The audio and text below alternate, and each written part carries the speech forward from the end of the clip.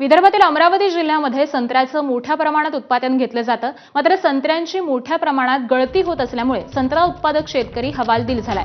दरवर्षी संत्र्यांवरती वाढता खर्च, खताचे भाव, औषध महागाई आणि लावलेला खर्च हा सुद्धा निघत नाहीये। त्यामुळे विक्रीच्या वेळी फळगळती होत असल्यामुळे संत्रा परवडत नाही अशी भावना इथल्या शेतकऱ्यांमध्ये निर्माण झाली आहे। काही शेतकरी तर अख्खी संत्र्याची बागच आता तोडून टाकतायत।